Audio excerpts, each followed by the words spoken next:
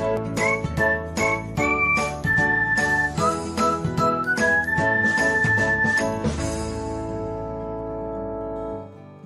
everyone, welcome back to another episode of Technologyglance. Today, in this video, I'm going to guide you through how you can turn on message request on Instagram.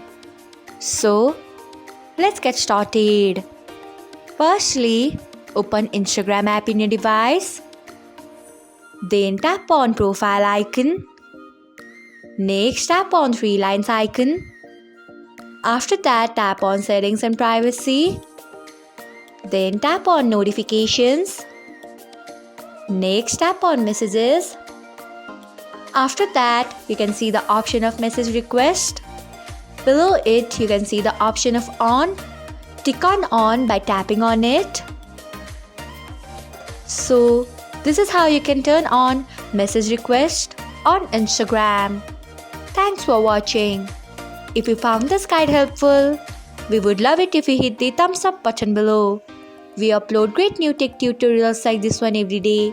So, do not forget to subscribe to our channel and hit the bell icon so that you will never miss another update.